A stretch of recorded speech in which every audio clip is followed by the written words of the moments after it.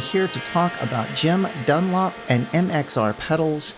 If you haven't been over to the Jim Dunlop site in a while, I suggest you go right now because everything you could possibly need for the gigging guitar player is there, from picks to cables to pedals. Their iconic line of MXR pedals, the Jim Dunlop Crybaby, the Tortex picks, need I go on.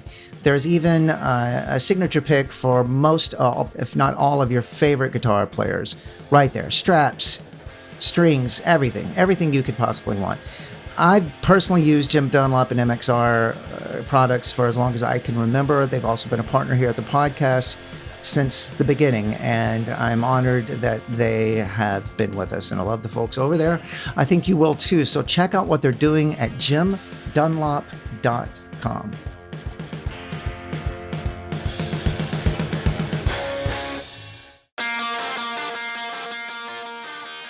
I'd like to welcome our newest sponsor, Schecter Guitars. They are celebrating their 50th anniversary this year. 50 years. They have sent me the 50th anniversary of the C1. Man, this thing is just beautiful. It plays great. It was set up perfectly once I got it out of the case.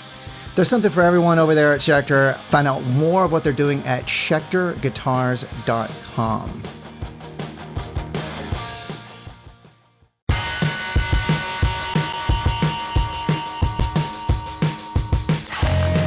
Folks, and welcome to the Anti-Heroes podcast with your host, Zach Blair. I am Zach Blair, and I hope you are all doing wonderfully.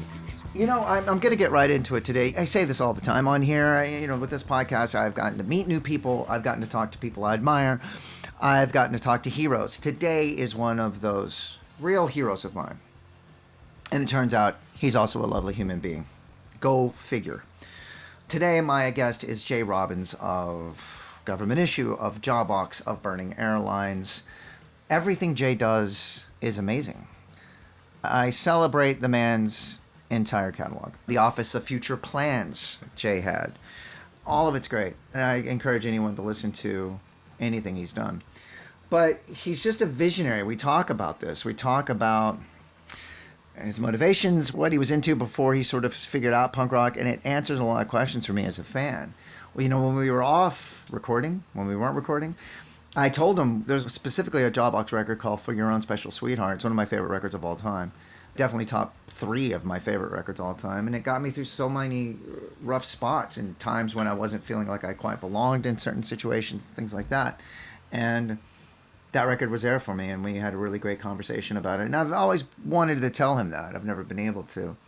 I met him one time. It's odd with all of this that I've done with my life. I haven't been in too many circles with him. And I kind of like that. I like that, this person I sort of idolize has been a bit elusive, and I've been able to form my idea of what he might be like. And it turns out he surpassed all beliefs and all expectations.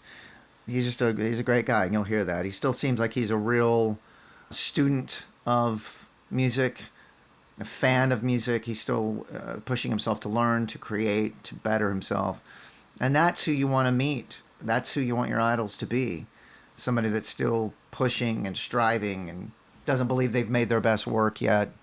It's just an amazing talk. And again, this podcast introduced me to this person and awarded me the benefit of having a great conversation with this person who I idolize. I don't have many idols, guys that are passed away and guys that I'll never be able to talk to. But as far as this genre of music, the guys that sort of are still out making it, I don't have many. And I fortunately have been able to talk to quite a few of them on here, whether it's Brian Baker, Stephen Edgerton, Andy Kerr, Dwayne Dennison, and now J Robbins. So they're out doing Burning Airlines again, which is also one of my favorite bands. They put out 2 amazingly seminal records, in my opinion, Mission Control and Identikit. Hopefully they will record again, but they're out playing that. They're going to be playing Riot Fest, and I'm definitely going to be there seeing that. Anyway, I'm going to shut up, and I'm going to let you hear my interview with J Robbins.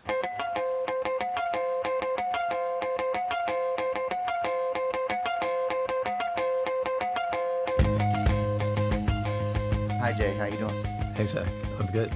So I say this to a lot of the guests, but you are seriously, when I had this idea of doing this podcast, it was like, well, I'd like to talk to Stefan from Descendants, and I'd like to talk to Andy Kerr from NoMeansNo, who's elusive and no one talks to, and Dwayne Dennison from Jesus Lizard. But I'd like to talk to J Robbins, and so I'm thrilled that you're doing this. So thank you so much. Thank you. Did you ever get to talk to Andy Kerr? I did. Somehow the stars aligned, and he, they were doing press for a book, like a sort of a biography of NoMeansNo, and he was doing press for it. And so somehow I got to talk to him, and just a lovely guy, but wow, what a interesting player, man. Yeah.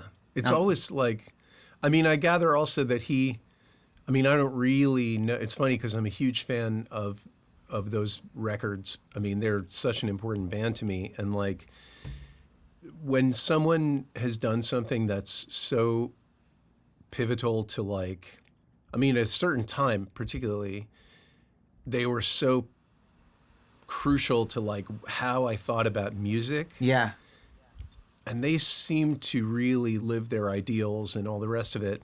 And then he just sort of stopped playing music, right? I know. That's what was so interesting to me about the guy, because let's face it, with our sort of what we do, it's really hard to get to any sort of a level, and to the point of where they were, I remember being, NoMeansNo come through town and everyone goes to see NoMeansNo, and it was like they were doing it. You're right. And then at one point he just, not only did he stop, he just went radio silent. No one knew where he was. Right.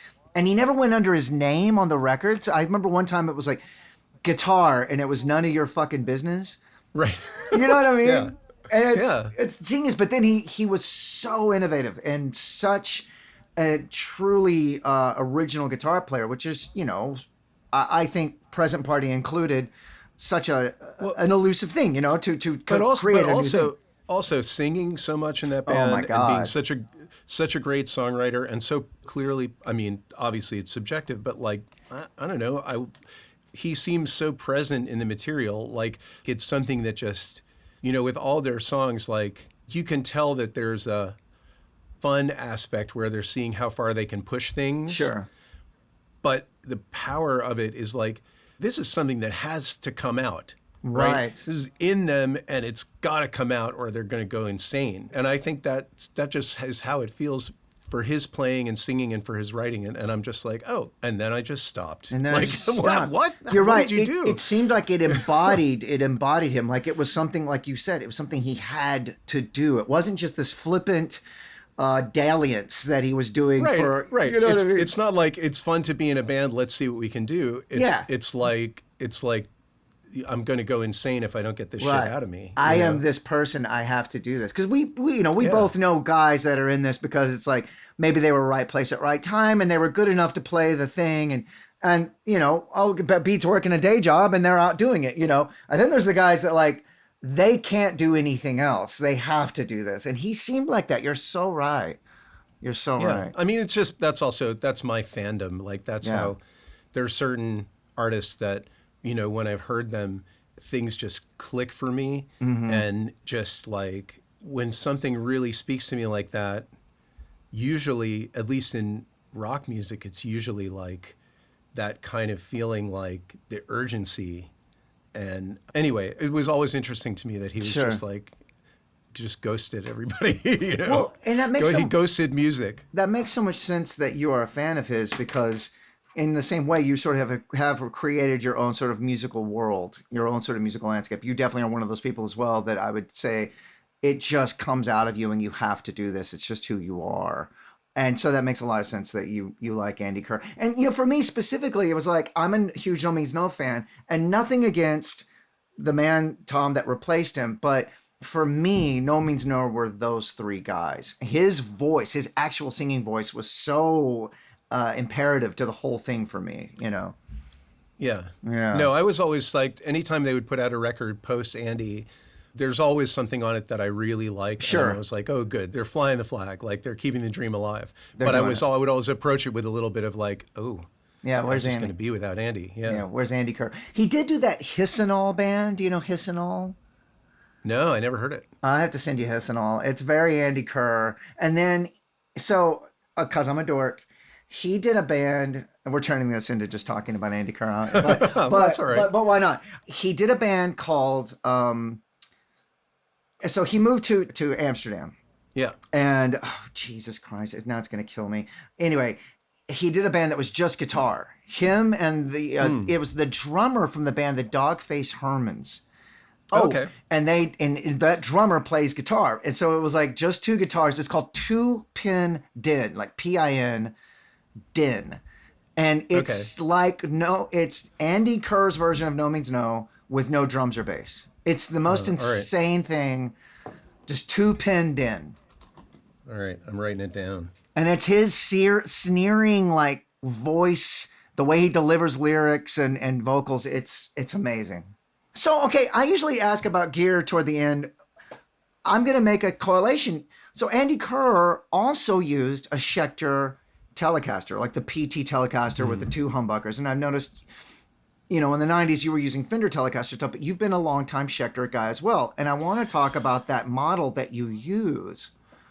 My connection with Schecter is really just a complete, it's almost, well, I'm not going to say it's a complete accident. It's serendipity, really. In the sort of early phase, certainly probably the first half of Jawbox, I changed guitars all the time. It's crazy when I think about it, because I'm not a gearhead. Right. Like, not remotely, really. And maybe I'll say more and then we'll find out that I am and I just don't know. but I just went through them like crazy. I played SGs. I had a Univox Melody Maker that I really loved that I wish I'd never sold. Right. My first proper guitar in Jawbox was a Strat that I got from Tom Lyle from GI's. It was Tom's backup Strat, and I want to say it might have been a Kramer. I can't remember, or an ESP or something. And I played different tellies, like on For Your Own Special Sweetheart, I played this incredibly cheap, crappy Mexican telly with a single coil pickup. I was chasing something that I didn't really know what I just knew when I wasn't getting it. And it was like going for this sort of noisier, maybe I was going for things that were mutually contradictory, like wanting to have because I always have a love of complex chords. It comes from listening to like modern classical music and movie soundtracks and stuff when I was younger. Sure. So I'd always want these like complicated voicings, but I'd want it to be real noisy and abrasive too. Anyway, so the thing that happened was I finally found the guitar that seemed perfect for me, and it was a 70s Jazzmaster that I got for $300 that somebody had refinished with white primer. Right. So it was like they put a DiMarzio Super Distortion in the bridge. Oh, that's great. So they kind of trashed this guitar. Sure. Which is why I was able to get it for $300. But I was like, this is the guitar. Like you could go clang, clang, clang behind the bridge. You could go splang, splang behind the nut. You could do the whammy bar thing, but it had that super distortion, like fatness, like, real high output, like it just had it all. But I was young and stupid, and we played a Jawbox show that went badly for me, and I threw it across the room and snapped the headstock off. Woof. Like at the minute, like a fucking idiot. Like the minute it left my hands, I was like, "You need to grow up, son." And I watched it just fly across the room, and then I had it repaired, and it was never the same. Right. And so I was sort of despairing, and then at that point, we got to tour with Stone Temple Pilots. Okay. Right after that, and I was bemoaning the loss of this guitar.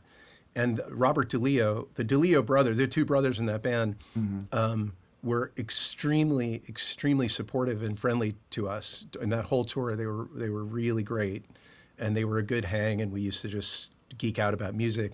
And Bill Barbeau, the other guitarist in Jawbox, had a Schecter PT Telly with a black with a white binding, very classic. I've got one. Yeah, and that's a fucking solid, great cool guitar. Yeah, cool guitar. Yeah. And so I always had envy of that guitar. But of course, Bill, his whole like character as a player, it's like typically with people, it doesn't really matter what instrument he's playing. He's going to just be solid and sound solid. But anyway, I always coveted that telly. And so Robert DeLeo, when we were on tour with them, he was like, "Oh, you guys like Schecters?" And then he was like, "I used to work in the custom shop. Let me hook you up." Well, and so he made an introduction, and next thing you know, we were endorsed by Schecter. Wow. And when we were talking to Michael Cervolo at Schecter, it was like, "Well, what is it that you're looking for?" And I was like, "Oh, I was in love with this Jazzmaster, and it was my ultimate guitar, and it is no more. And it was kind of a one-off, like it was this mutant that was somebody's experiment. But here's what it was like. So I got this prototype Spitfire, which at that point it was a Jazzmaster style guitar. Sure, with the sort of lovely, with the loose whammy bar, but it was a prototype. So they put a Jeff Beck pickup in the bridge. Okay. And I was like, this is about as close to my long lost love as I'm ever going to get. And it's so playable. Certainly, it's actually the neck is more playable to me than the Fender neck. So I was just like, and then I also got a PT Tele, which is like now basically just lives at the studio because it's so versatile. Gotcha. And so dependable and so solid, and it has the like coil tap and stuff. At that point, we sort of became a Schecter band. And then since then, I've never let go of particularly the Spitfire, which for them then went on. I don't think it was that successful, and then they sort of changed. It was a baritone for a while. Right. The Spitfire name went to be a baritone, and then it was maybe they took it off the market, and then it came back as the Hellcat, but it's basically the same guitar. Same guitar. Yeah. So so I have another one. I have a Hellcat that was made in Indonesia, a more recent one that was actually given to me by my friend Dan Kozak, who lives in L.A. Okay. And he was like, I bought this because you had one, but I never played it for years and years. And then I thought, you should just have it because he's that kind of generous and amazing dude. So that had many humbuckers in it. So I had to be rectified because I hate many humbuckers. Yeah. And so that's got it. So now I have two that are quite similar that both have Jeff Beck in the bridge. Okay. And So well, it was like accident. I mean, I knew that I liked the Schecter guitars from people that I knew who had them, but I only knew the PT Teles. But it just so happened that I fell into this thing, and I've just never, because especially the black guitar, the Spitfire, is one of those guitars that tends to give you a song if you sort of sit down with it with some intention, Right. So I'm just like, all right, I'm never letting go of this guitar. It's the best. I love it. I love doing that. I tend to every time I play a bass or a baritone guitar, I come up with something that I wouldn't normally come up with on a guitar. Well, so I had a band in the '90s called Hagfish, and we opened for you guys in Dallas for Jawbox. It might have been before Special Sweetheart came out and you were playing songs from it, because we were very much into, novelty and your Discord work. We opened a place called, oh God, was it Club? No, it was anyway, long time ago. And okay. Yeah. Maybe that's sort of, Was it like Kelly from the record store? From Direct Hit Records? Yeah. And she had something to do with that show, maybe. Yes. Yeah. And so I clocked Bill Barbeau's Pete Townsend Schecter because I'm a huge Pete Townsend fan, and I always wanted one of those guitars, and I was always like, that's so cool. I always thought it was so cool that he had that. But back to Andy Kerr, he said that the one that he always played was black, looks like a PT, but it was in parts. So Schecter was a parts builder for Fender guitars, right? And he had just put one together, I guess much the same way Pete Townsend had done it, and then they started making it as his own model. But yeah, it's the one he still plays, and I just think they're so cool. Like those original, American made ones they're such cool guitars. Yeah, like that PT Tele. I remember Sohrab Habibian, who plays in Savak is Sohrab's current band, but he was in Obits, and before that, a long time ago, he was in a DC band called Edsel, and we all. Right. Well, everybody was moving around from group houses, but Sohrab has been a long time good friend and like great creative person. And he had in Edsel, he played a PT Tele, and I was always like, what's that guitar? Yeah. And the one that Bill ended up buying, it was used at Atomic Music, which is a really good shop that's been around for a long time now, just outside DC. I remember seeing it, and I was like, oh, there's that same guitar that Sohrab has. I should get that. And then I didn't. And then Bill bought it. And I was like, you bastard. so I was haunted, by it was like the one that got away. Oh, man. But well, so going back a bit, you've always been a person, in guitar speaking, that seems to have pushed yourself. And I'm thinking, like, say, this song Scissoring off of Burning Airlines, it's all it's mostly all harmonics, if I'm not mistaken. Yeah. And Pacific 231, which that riff. You've always pushed yourself. Is that been a choice of yours, being just sort of sick of what I guess punk or hardcore music, or is it your influences from before, or where does that come from? Yeah, well, it's weird because on the one hand, I know that my ears gravitate toward kind of harmonic complexity. Sure. Sure. Like a certain, especially where there's like a emotional challenge, like a some kind of deeper layer of emotion to me that's like contained in these suspensions and like strange voicings or things that, if you can get that tension and then delay the resolution, that's something that just always, my ears just go to it. Sure. I love it when things are like, if there's an obvious way to harmonize something, but then you harmonize it, you can also harmonize it in an off-kilter way that makes you go like, oh, it's like it opens up a whole other world in something simple. Right. So I know my ears gravitate toward that. And then, I also know that I've more and more, more recently, particularly, I also gravitate towards simple things and song structures and whatever. But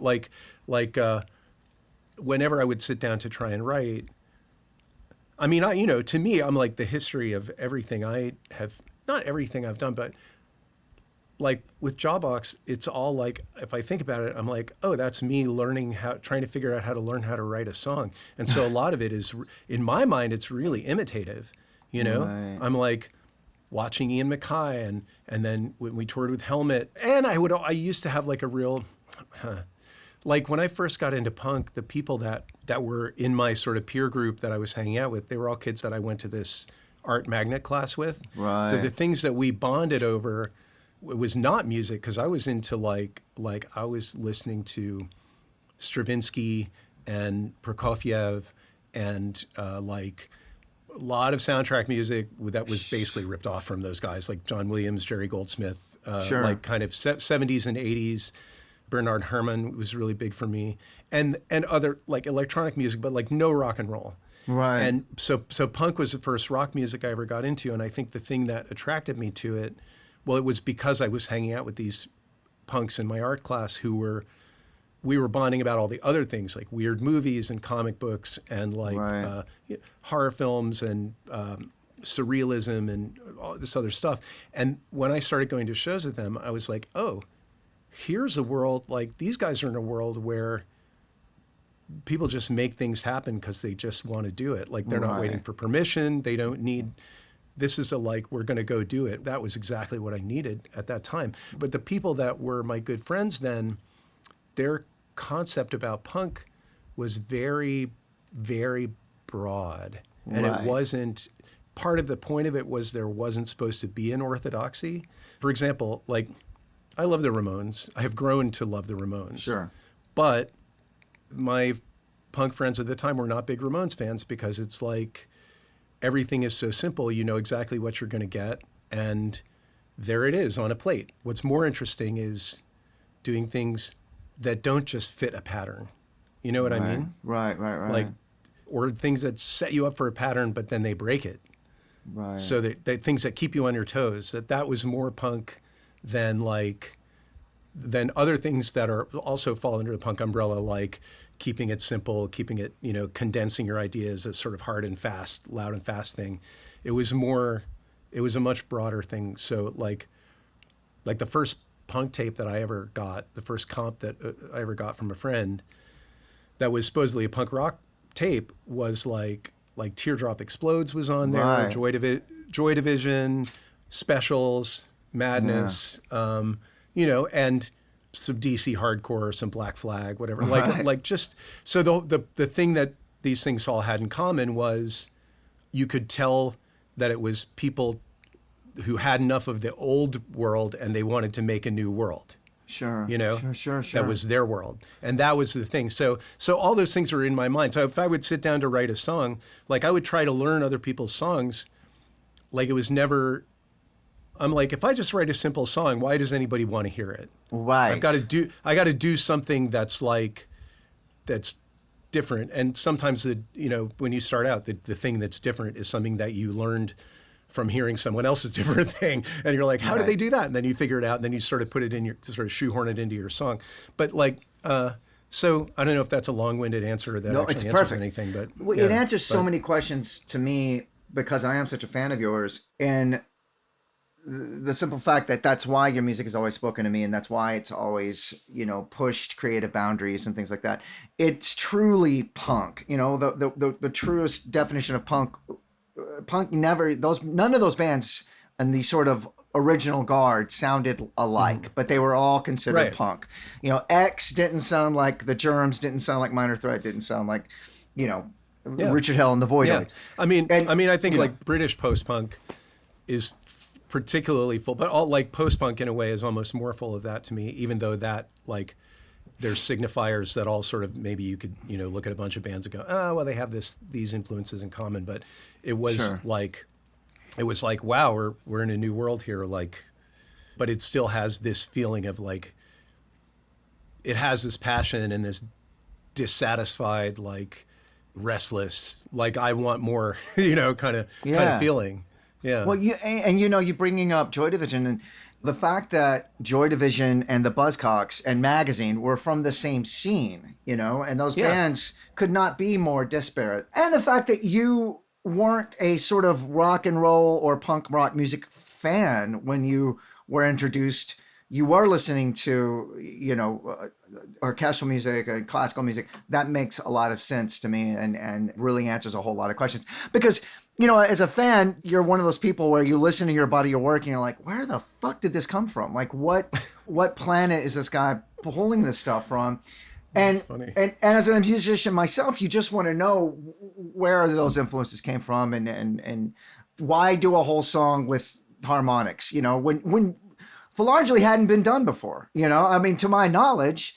And as a guitar player myself, it's just like, that's genius. Why hasn't anyone ever done that? What made him do this, Well, I appreciate that very Absolutely. much. But Absolutely. the other thing I remember, like a record that is super huge for me is, and still is Zen Arcade by Husker Du. It's great. And I remember the first time I heard that, which was probably 1984, and just feeling like I almost couldn't quite grasp the songs. Sure. But it had this it sounded like the music was on fire, like not like on fire, like, wow, they're really killing it, but like literally like self-immolating, and I was just like, it just spoke to me on this real primal level. And then I was like listening to the guitar playing and also the way that they would have, like, it's really melodic, particularly like a lot of songs on Zen Arcade.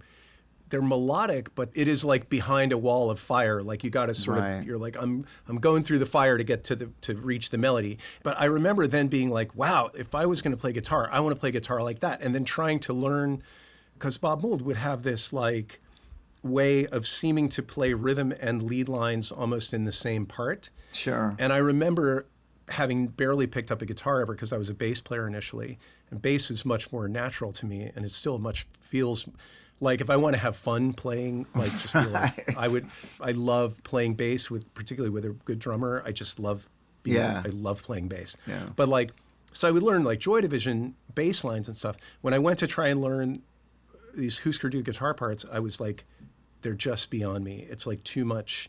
And I think that lodged in my brain because what I would always do ever since then is write everything I've ever written is beyond my ability to play.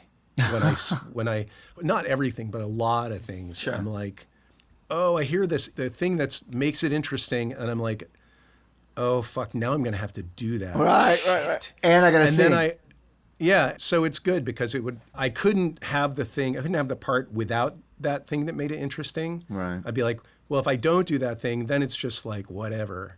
So I guess I'm gonna have to do the thing. So then I would have to play up to it, and then eventually so I got better and better and better at doing the specific things that were like specific challenges that I would set for myself because I was trying to write something. But in fact, like I'm kind of a shit guitar player. Like in the real world, like I'm like, I disagree. I'm just okay. Like I'm not even that good of I wouldn't be someone that I would pick to also play guitar in my band. I just Like I would, Well, like I like okay. playing, I love playing guitar, but I mean, Sure. like, Sure. like I've been playing a lot of solo acoustic, and recently, like I changed my. Sorry, I'm just yammering now. Oh, come on. Too No, much coffee. I But no, I like, appreciate it. like I changed my whole shtick a few years ago. Not my whole shtick, but I was in a project with a friend of mine, and he had written all these songs in this open tuning, and I just thought, wow, his songs are so great. And this tuning, it's like a one finger tuning. Right. You know, Those are it's the like, best. and at that point, I was like, wow, I'm going to try writing like this, because I was writing so much about it was so much about the guitar parts and that like internal challenge that I didn't have my sights on a song. And I started thinking like a song is like a vessel to convey something, like to communicate. Right. So, and if I write these little cells of ideas and there is no big picture, what is that? I'm just entertaining myself.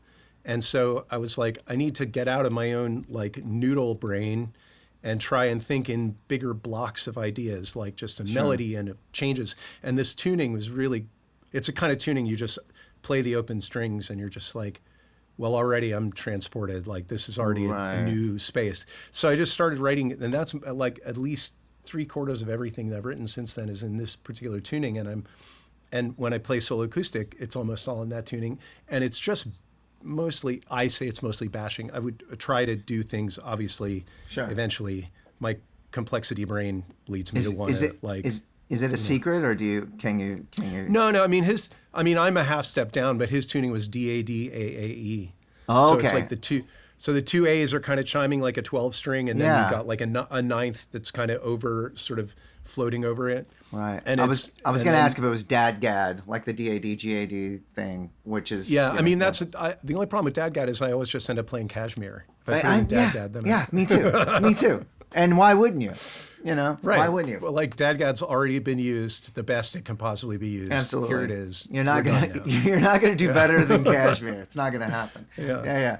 Well, that's great. And you know, again, with every time I play in an alternate tuning, I'm always like, why don't I have a guitar? Because I have, you know, something just that's always in that tuning, so I can just pick it up and mess around with it all the time. And then I never do it. You know, it's so silly. Yeah. Right. Well, you'd end up touring with like 6 guitars. Well, there's that too. We played with a band at a festival. I won't say who it was, but the guy had like 17 guitars and no alternate tunings. No, there was no changes. Wow. There was no, he just had 17 guitars on tour with him. And I was just like, huh.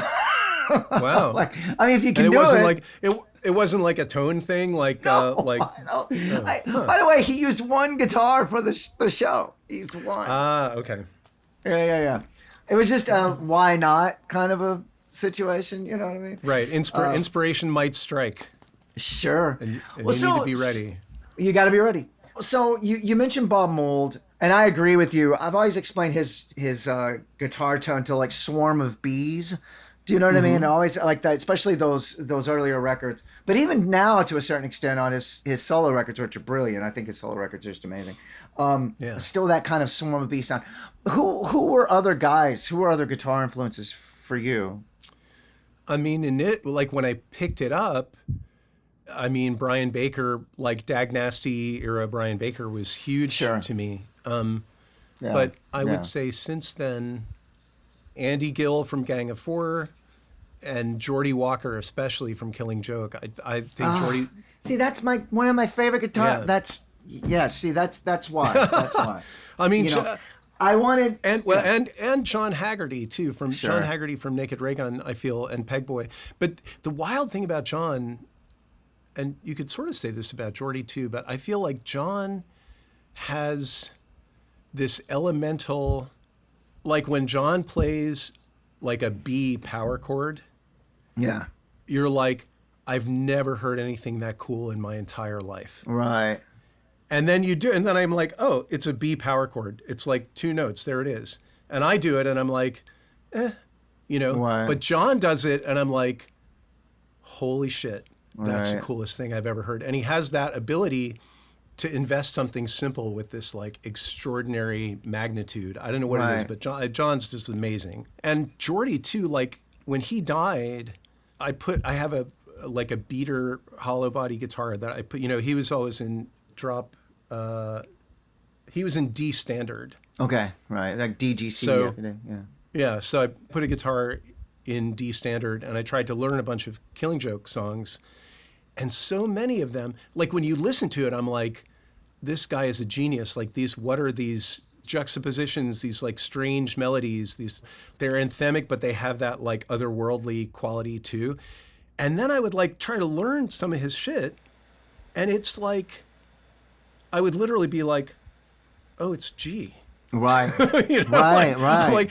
I'm like, it's G. And then he moves like one note, and it's all really simple. And some of it's very simple picking, just single notes and things that are ringing. And it's not like Fingers of Fire. Sure. It's just, I don't know. It's like the presence inside of this, the relation of the notes, but it's all simple, but you're like. It's a masterclass in less is more. And yeah. And it was also just his from the P90 pickups to the vintage, I think it's a 125, to the two weird delay units at once, but just like the riffs are like, okay, the song, The Death and Resurrection Show from the 2003 self-titled record. It's the simplest little minor 5, dun, dun, dun, dun, dun. But it's almost like abstract art where somebody, a layman will go up to it and go, well, I could do that. It's like, yeah, but you fucking didn't. You know what I mean? Like somehow Geordie Walker, that dun, dun, dun, dun, dun, dun, dun, dun, dun, something any of us might be dicking around with, but we never think to like, oh, that's the coolest riff I've ever heard in my life. You know what I mean? Yeah. I mean, it's like with like the Andy Gill thing of like playing behind the nut or whatever, like that little splang, and you're like, it's just thinking about that in a musical way. Yeah. And I mean, I feel like Blixa Bargeld is similar to me in that, like, I'm a really, really big fan of Einstürzende Neubauten, and it's not about specifically about the guitar, although I love his guitar playing in the Bad Seeds. I mean, I loved Mick Harvey's guitar playing in the Bad Seeds too. Like, but it's more just like that musical attentiveness to like what can happen, Yeah. Like, the what if. Yeah. Yeah, just like what do you do? Like, okay, so the song's a space. Like the verse of the song is a space. Like what happens in the space? Right. And maybe what happens in there is not about playing, but it's about like what you don't play, and then you do one thing. Maybe it isn't even playing notes. Maybe it's a clang. Maybe it's a clang. Yeah. Maybe it's hitting the guitar. Maybe it's Yeah. Right, or a little feedback thing with a boop, boop, boop, boop, boop, with a toggle or whatever. Yeah. No, and you're absolutely right. I mean, it's so funny you reference him. That's one of my favorite guitar players. It's probably my favorite band, Killing Joke. And, I wanted him on here so bad. And I actually had kind of a lead on it, because with what we all do, you meet people that know people, and you meet the real people, and you whatever. And I had a lead on talking to him, although I don't know what I would have said.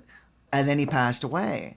Yeah. And it was just tragic. It was just tragic. I fortunately got to see them play before, but man, what an original, what a real deal. But it also goes back to the umbrella of punk rock that we were saying. I guess they would very much be post-punk, but it's still referred to as punk rock. And he had that sort of carte blanche to be Geordie Walker, which if there hadn't have been a thing called punk rock, maybe he wouldn't have had, you know what I'm saying? He wouldn't have, the playing field wouldn't have been so open for him, Yeah, no, right. I mean, I don't know. I'm kind of obsessive about that band. And me too. Being interested in them has led me to a variety of other extra musical interests. Yeah. Like just getting into them, or it's dovetailed with some extra musical interests that have been really rewarding for me. And I feel like, to read or to hear a little bit about his story, and the fact that he joined that band never having been in a band before, and was so certain that I'm sure you probably saw Death and Resurrection Show.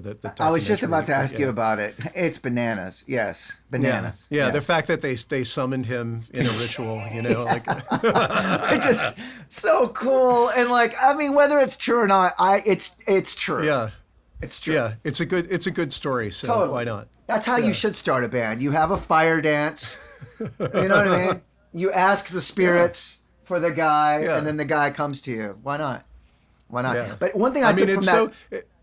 Go on. Oh, no, I was just going to say, it's also, I think I'm attracted to it because it's so contrary to my nature. When I picture, and I'm sure, of course, I don't know how it actually happened, but in my mind, thinking as a fan, I'm like, there's Jazz and Big Paul, and they're just going like, who in the world could possibly be as cool as us? Yeah, Like, right. Right. Like, well, we better, this guy. we're never going to just meet him. We're going to have to summon him. Like, yeah. Yeah. We got to do a fire dance for him.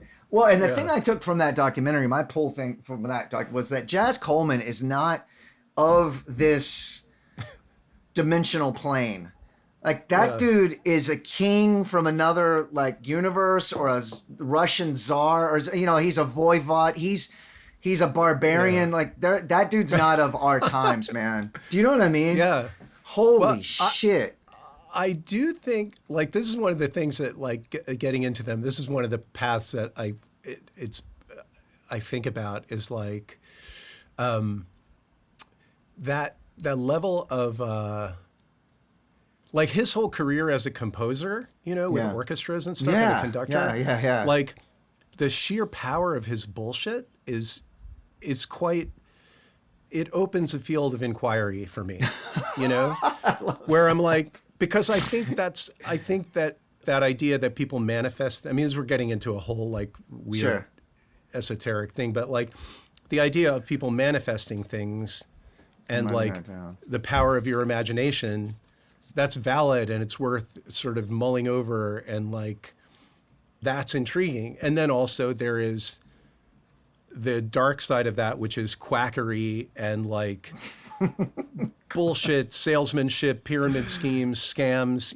And it seems like, I will say, having been positively impacted by the music of Killing Joke, that I'll say Jazz Coleman's probably largely a force for good in the world. Absolutely. But so that energy that's just like, it's just fascinating to me. And it's a kind of energy that is possessed by a lot of people that I have real fucking serious problems with. Like, Like Donald Trump, for example. Absolutely. That bullshit energy. And then it's also possessed by people who have extraordinary gifts and have given great things to the world. And I'm just like, I'm on an endless, it's not even about music anymore at this point. So I don't know how much, but I feel like that's such a great analogy. It is just like what you're saying. It's like that, the visionary thing, like a sort of like a larger than life kind of personality, but not just personality. Like there's just something in the essence of this.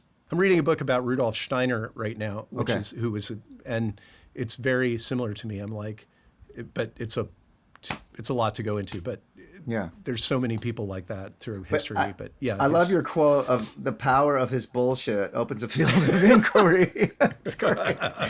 I think that's the full quote of this entire my entire podcast, really. But it's so true. And speaking of somebody that, like what we were saying before about this had better work out for this guy. Like that guy he's unemployable. That dude wasn't going to work at a fucking grocery store or some shit. You know what I mean? Like he had to be Jazz Coleman. That's just all there was to it. Yeah. And I do love that. But you're right. It's that kind of, whenever that dude walks in a room, all eyes are like, what in the fuck? And not because of his appearance, just because of who he is. Right. It's just an energetic thing. Yeah. And you're right. I feel like that's not very generous of me to say the power of his bullshit. What I should say is the power of his self-belief or whatever, conviction, of artistic conviction. I mean, it's just fascinating that, to me, it's fascinating that all these things are on a gradient, So. Sure. I mean, it's a way of looking at it. Absolutely. No, look, and it is. I mean, look, Jay, it is. I think it is. It is to a certain extent also bullshit. Let's call it what it is. Like it's like you have to have the self-confidence to like if you're writing a song, right? Sure. This is like a personal struggle of mine. Always with writing lyrics, I sit down to write, and I'm like, I have to stand behind this 100%. And if you get too much in that frame of mind, you're paralyzed. Sure. And that's why it sometimes takes me months to write a lyric, and I'm so unhappy about it. Meanwhile, some of the greatest lyrics ever, or the lyrics of some of the greatest songs ever written, are bullshit.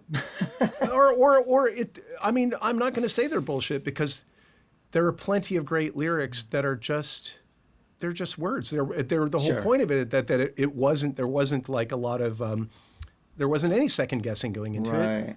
It just came out, ever fallen in love with someone you shouldn't have? Yeah. Right?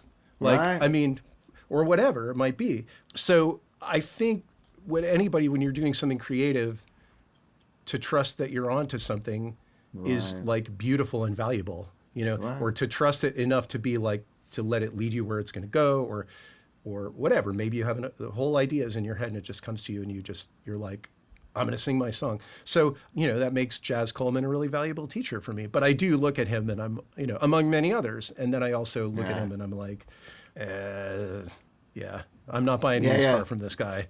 Exactly. Yeah. Because we know there's so many of those types, a lot of them in punk rock, but a lot of them, in this, I was in the band Guar for a long time, and Dave Brocky, the singer, I don't know if you know him from. Oh, wow. I did not know you were in Guar. I was in Guar like late 90s to mid-aughts, and he was very much that character too. He was one of those same guys, like not of this world and not of this era, and like, and sort of the largest life and Avenue room he walked into, and same sort of essence. Also brilliant, also total genius, and but same type. They're those people. They're those guys. Yeah. Guar was interesting. I mean, the only person I've known from that band was Michael, who I don't know him terribly well, but I love him. I think he's a marvelous guy, Michael Bishop. Dirks, guitar player or Bishop? Bishop. Yeah, best. He's the best. And now he's singing for them, which is great. He's great. Yeah. I love them all. They're such great guys. It's still family and everything. I always do ask a question of one that got away, like a piece of gear. You already talked about your beloved Jazzmaster. Would that be the one, or do you have something else? Like it could be something you had to hawk or you sold or you just got rid of at some point? Yeah, I mean, that's probably that's a deep regret. I mean, I had that guitar and I would still be playing it if I hadn't spazzed Did you out. get rid of the guitar? I sold it to a friend because once I had it repaired, I had the headstock put back on, but it never felt right again. It always sounded like something had changed, Yeah. So and maybe it's just a psychological thing where I just didn't relate to it anymore because I was like, oh man, now every time I pick up this guitar, it represents a side of myself that I'm just I don't like. hate. I can't deal with, But I think that's so interesting and important though, because you do have such a connection with something, because it's such an intimate thing, well, let's face it, when we're standing up there, it's almost like we're up there naked and we're playing guitar, we're, maybe self-conscious about something, and there's, this new song and I don't really know it. And you're doing it with this thing. You have such an intimate relationship with this instrument that if that changes at all, it can spoil it. Yeah. I think that's really true. I think like to get back to Geordie, it's like Geordie and the whatever 225 or whatever it was, but it's like that guitar. Yeah. That was the vehicle, and although he played other guitars, he played Strats and stuff too, but yeah, it's just sort of like a thing that feels like the right thing. Well, I don't know. I mean, I've been playing Jazzmasters too lately. Like I have a couple of other Jazzmasters now. I have an American Professional too that I've been playing a lot that I love. That is sort of, it's up there with the Schecter for me. But I have another one that I love that is almost unplayable, like the neck's like a baseball bat, and it just it happens that for a variety of reasons I'm never going to get rid of this guitar, and sometimes when I go to play it, it's a weird. So I feel slightly ridiculous saying this, but sometimes you have an instrument that sort of, when you're playing it, it gives something to you, and so songs have come out of this guitar, and I'm like, oh. And there's sentimental reasons I can never, but I rarely play it because it's just physically fucking hard to do, Right. So I have small hands. I can't do, Yeah, I mean, there's the same. I'm not like, I don't have like the reach, but. Me neither. So are you using those? I know you guys have been doing, Burning Airlines shows, for lack of a better, are you calling it Burning Airlines, or is it J Robbins plays and playing, bro? We did last year when we started doing them. I felt like, we've got to make sure to be clear that this is this band, and this is a thing that this band, J Robbins Band, is doing. Sure. But then what we've sort of found was that people didn't really have the bandwidth to give much of a shit about that. Sure. So there was what I thought was clarifying actually seemed to create confusion. So like we're playing at Riot Fest and it's just billed as Burning Airlines.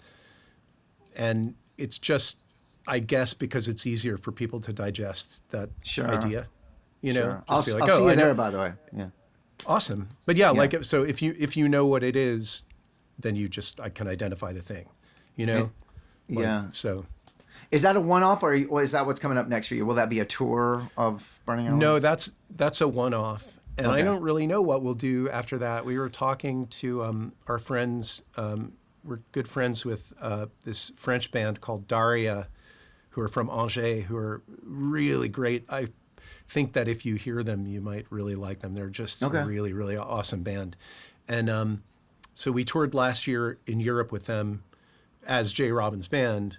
Sure. We did some shows in France and Spain, and they were talking about wanting to do Burning Airlines, Daria, maybe in Germany next year, early next year sometime. So we could, it's a bit of a conundrum because those songs are really fun to play, and J Robbins Band would play some of them. I guess it's a good problem to have. If the fact that anyone gives a shit about it at all is I'm extremely grateful for. So basically, I don't know. I don't know what we're going to do next. That's right. Yeah. Yeah, because I have an album of songs that I'm working my way through the lyrics, and then eventually I'll mix it, and so it shouldn't be too much longer. I want to finish it hopefully by the end of the fall, and maybe have a record out at the beginning of the year. So I would like to keep moving forward. Yeah.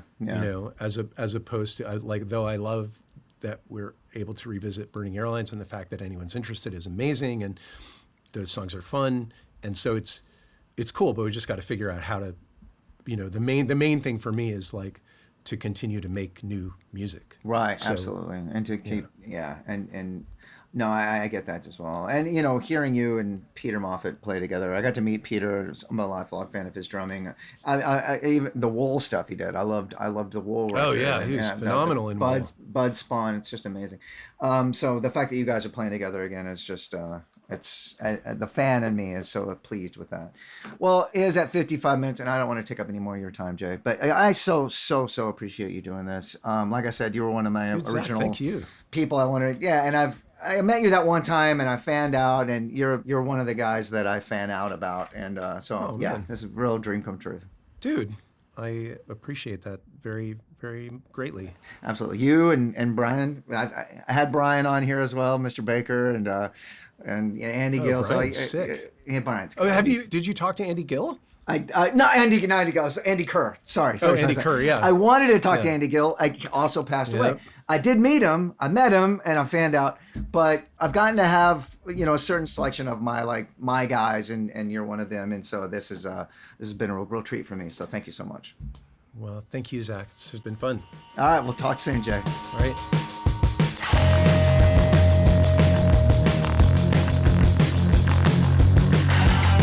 And that was J Robbins. I hope you enjoyed that as much as I did.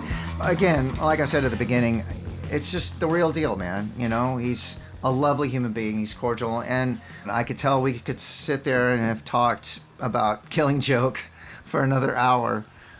And I love that. I love having something in common with somebody that I just admire and worship and adore. And I can't explain it. It's inexplicable with somebody like that. I don't know if it's his voice, his song choices, his lyric choices, his guitar choices. It's a little of everything. But now I have so many questions answered that I've always had for that guy. Like, why do you do things this way? What's your motivation for, making a song like Scissoring off Burning Airlines song Scissoring, where it's all in our harmonics? I never thought of that. Why did you think of that? What was your motivation behind that? He's also a successful producer. He's produced many great records. Produced the new Sparta record, my wonderful, lovely friend Neil Hennessy, Jim Ward, great people. He's produced my friends Ryan Patterson with Coliseum. He's produced their records. So just get into the world of J Robbins. Do yourself a favor. If you're not already, please do yourself a favor and experience J Robbins. I know I do. And I know I'm going to right now. Okay, so at the end, I'm going to thank the folks over at Jim Dunlop and MXR. Find out what they're doing at jimdunlop.com. I always leave you with a little bit of the guest's body of work. And, I usually ask them too, but I'm such a fan of his, I can already leave you with, I'll leave you with the song Scissoring. This is Burning Airlines. This is, I'm pretty sure, completely all constructed of harmonics on a guitar. Just harmonics. But for extra credit, do the song Pacific 231. The riff is unbelievable and fun and amazing, and I think you'll love it. Also, do yourself a favor, and whatever streaming device you use or platform you use, listen to Jawbox for your own special sweetheart. Specifically, well, the whole record, but one of the songs, Cooling Card, changed my life. It's one of my favorite songs. What a guy. What an interview. What a musician. What an artist. J Robbins. At the end, I'm going to say, let's do all we can to help out queer folks and trans folks. Let's do all we can to help out folks that are immigrating from countries to have better lives, and free Palestine. And I'm going to talk at you soon. Thank you guys so much.